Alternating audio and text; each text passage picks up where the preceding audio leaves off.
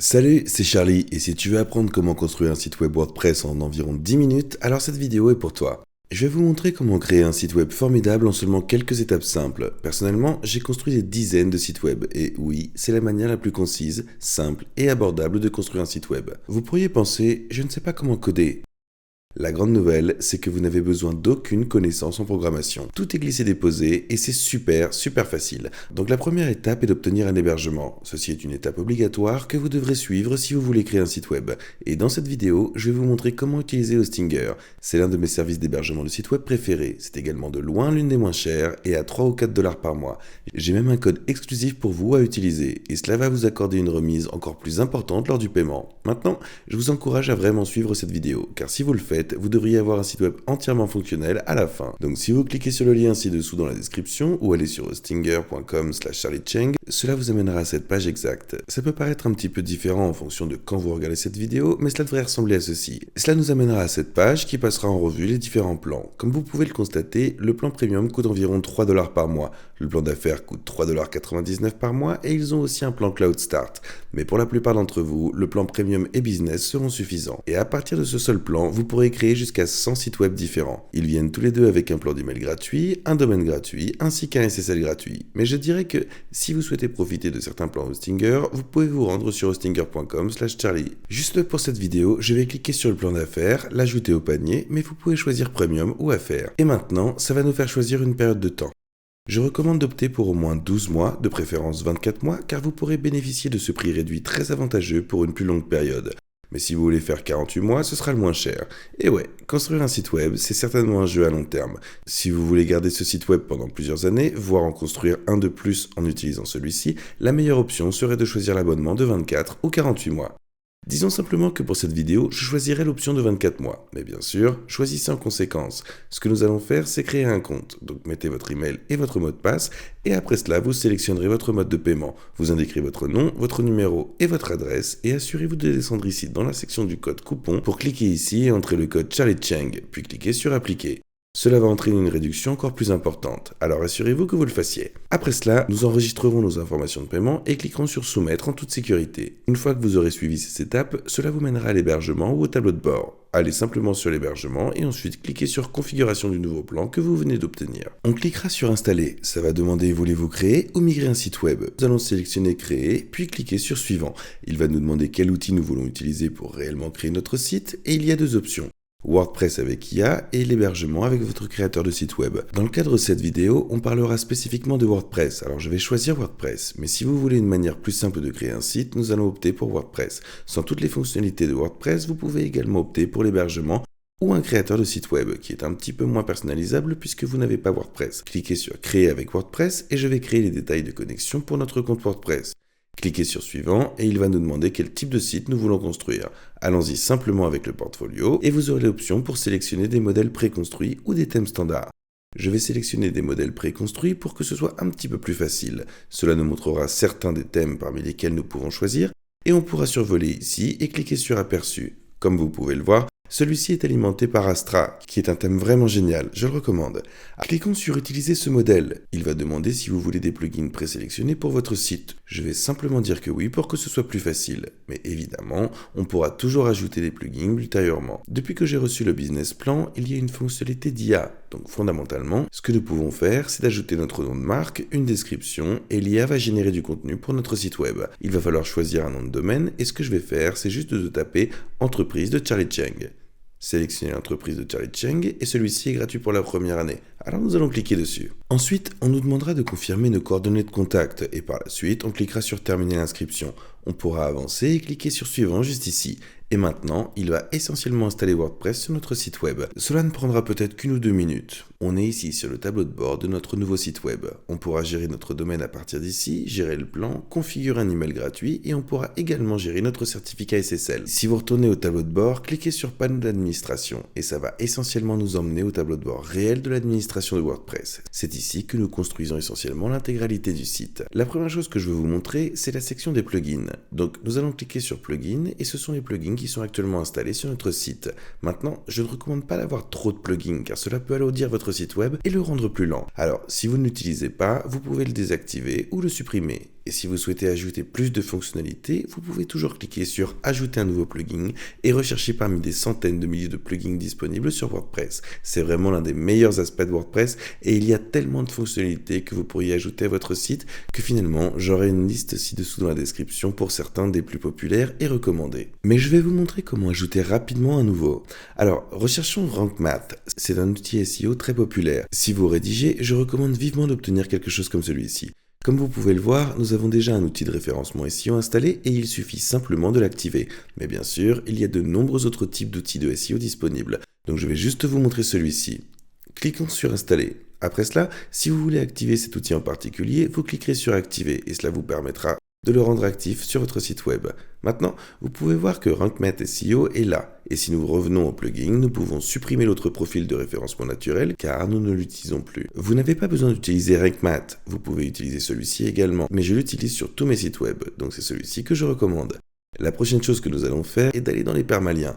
C'est quelque chose que beaucoup de gens oublient de faire, mais il est très important de suivre cette étape. Vous allez simplement vouloir vous assurer que le nom de l'article est sélectionné. Cela signifie que lorsque vous créez une nouvelle page, l'URL de cette dernière sera votre domaine.com / le nom de l'article. Ce sera beaucoup mieux pour le référencement et également beaucoup plus propre pour votre site. Maintenant, je vais vous montrer comment changer l'apparence de votre site web. Donc, si nous venons ici en apparence et cliquons sur thème, on pourra voir que notre thème actif actuel est Astra. C'est celui que j'ai sélectionné pendant cette intégration. On pourra toujours le changer assez facilement.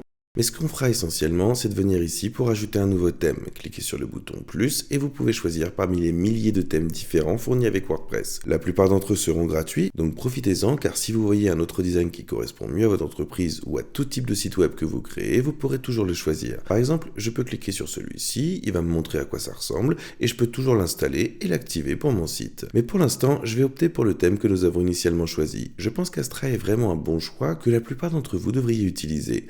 C'est probablement le thème gratuit le plus populaire qui existe pour WordPress. Si je veux personnaliser notre thème, je viendrai ici et cliquerai sur personnaliser. Et c'est essentiellement là que je pourrai modifier beaucoup des éléments de design de notre site. Si je clique sur Global, par exemple, on pourra changer la typographie et on pourra changer toutes les couleurs et également l'apparence des boutons. Je ne recommande pas vraiment cela parce que, on le sait tous, tout est conçu de manière professionnelle et il y a une raison pour laquelle ils ont choisi ces polices actuelles. Je pense qu'ils ont l'air vraiment bien, c'est pour ça que je ne vais pas le changer. Mais sachez que si vous souhaitez modifier l'un des éléments des conceptions, vous pourrez tout à fait le faire. Après, vous vous demanderez peut-être comment éditer réellement la page d'accueil de notre site. Et je vais vous montrer comment le faire dès maintenant. Si on vient ici sur page, vous verrez qu'il y a une page d'accueil qui est déjà créée. Ce que nous allons faire, c'est de cliquer dessus. Et cela va activer l'éditeur de blocs intégré, car il existe d'autres constructeurs que vous pouvez utiliser pour créer votre site. Mais je vous le montrerai dans une autre vidéo, car c'est vraiment très populaire. Mais pour l'instant, je recommande simplement d'utiliser le constructeur intégré. Il est très bien. C'est du glisser-déposer et on n'a pas besoin de connaître le codage. Alors, je vais vous montrer comment vous pouvez réellement personnaliser votre page d'accueil. C'est très facile. Je recommande simplement de prendre 5 à 10 minutes, regardez ceci vous-même, peut-être mettez en pause cette vidéo dès maintenant. Vous pouvez donc jouer par vous-même avec les éléments, mais c'est très intuitif. Donc par exemple, si je veux modifier n'importe lequel de ces textes, tout ce que j'ai à faire c'est de cliquer dessus. Je peux essentiellement éditer, modifier directement et bien sûr changer l'alignement du texte. On peut changer la taille, mettre en gras et également changer la police. On peut même demander à l'IA d'écrire du texte pour nous. Pour ces boutons, ici nous pouvons cliquer sur ce bouton pour pouvoir en changer l'apparence. Par exemple, disons que je veuille opter pour ce bouton plus arrondi et disons que c'est le bouton en savoir plus que je veux le changer. Alors avec celui-ci, on peut le remplacer par celui-là et le rendre assorti. On peut également changer tous les icônes en cliquant simplement dessus. Vous pouvez choisir parmi tous les différents packs et évidemment changer le lien de destination. En faisant défiler par le bas, on pourra écrire davantage de blocs. Ainsi, on choisira dans la bibliothèque de médias, et par exemple, si on voulait mettre un logo, peut-être dans cette section entière, on pourrait également changer la largeur du conteneur.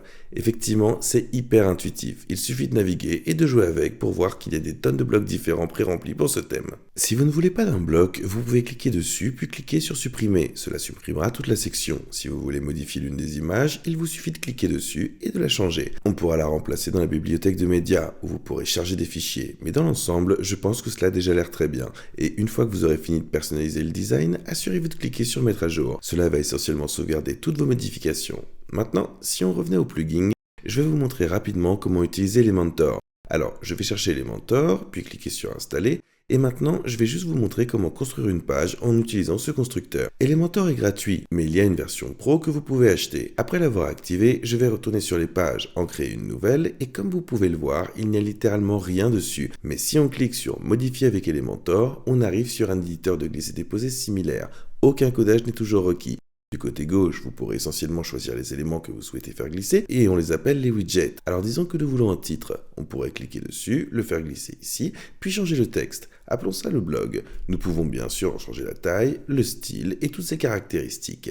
On pourra par la suite choisir exactement la mise en page que nous souhaitons. On aura le choix entre Flexbox et Grid. Je vais opter pour la structure. Pour avoir une largeur totale, on pourra avoir 2 colonnes côte à côte. Une colonne plus petite avec une plus grande, 4 colonnes et voir un petit peu le tableau. Donc maintenant, on pourra essentiellement cliquer sur le plus ici pour pouvoir, disons, ajouter une page.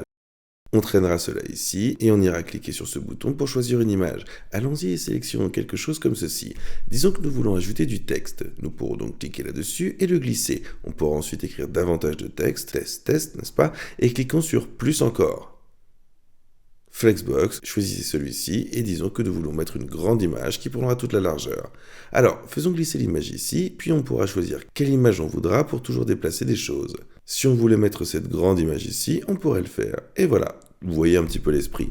C'est essentiellement l'esprit d'Elementor. On pourrait aller assez loin avec ça, mais je préfère que ce tutoriel reste un petit peu plus simple. Si vous voulez utiliser Elementor, il y a plein d'autres tutoriels que vous pourrez trouver. Alors ouais, cliquons sur publier, puis sortir. Quittons le constructeur Elementor, changeons l'URL de cette page pour être sur le blog. Et à tout moment, si vous voulez prévisualiser à quoi ressemble la page, vous pouvez juste cliquer sur voir la page. Et voilà, c'est la page que nous venons de construire.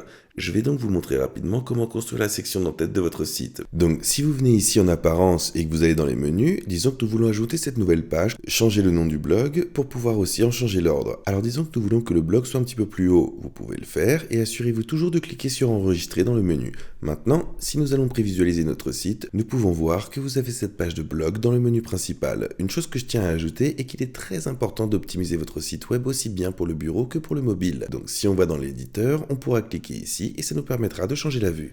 Donc si on va sur mobile, on pourra voir que tant que le design n'a pas changé, ça pourra passer de façon correcte puisque tout est déjà optimisé. Voici à quoi ressemble notre page d'accueil sur navigateur mobile et on peut facilement éditer ces éléments. Mais essentiellement, nous voulons que cela ait un bon aspect sur téléphone car une bonne partie de votre trafic proviendra de ce device. Alors ouais, c'est ainsi que nous pouvons créer des sites web professionnels en moins d'1 heure. J'adore ces features parce que tout est extrêmement facile. On a vu le processus de configuration et ça m'a essentiellement donné ce design vraiment génial en seulement quelques minutes. Et avec WordPress, c'est extrêmement personnalisable. On peut ajouter plusieurs éléments différents et aussi n'importe quel plugin si on veut une fonctionnalité supplémentaire.